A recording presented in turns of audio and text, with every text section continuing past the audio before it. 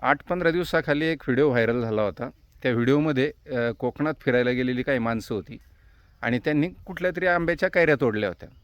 तर त्या आंब्याच्या मालकीनबाई त्यांना विचारत होत्या, कुणाला विचारून कैऱ्या तोडल्या, असं कसं तोडू शकता तुम्ही? तर ते म्हणत नव्हते, नाही थोड्याच तोडल्या वगैरे.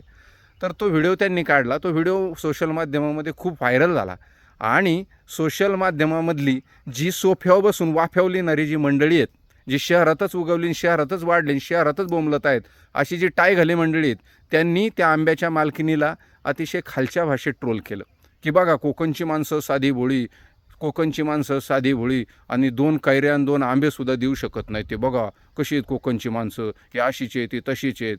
पण मला एक प्रश्न विचारायचा बाबड्यांनो, की तुम्ही कोकणात फिरायला गेल्यानंतर कोकणातल्या एखाद्या तरी शेतकऱ्याला कधी ₹20 विनाकारण दिलेत का?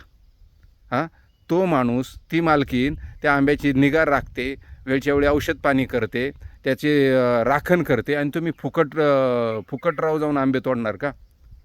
तुम्ही कधी कुणाला ₹20 दिलेत का फुकट? मग त्यांना बोलायचं सुद्धा अधिकार नाही. आणि शहरात बसून जे ट्रोल करणारी मंडळी आहेत ना, त्यांचा तर काडीच अधिकार नाही आहे.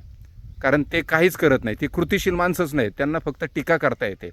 पण शेतकरी तो कुठलाही असो, कुठल्याही जिल्ह्यातला असो, त्याचे कष्ट ना त्यालाच माहिती आहे. त्यामुळं बोलताना थोडंसं तारतम्य ठेवलं पाहिजे, ही माझी नम्र विनंती आहे.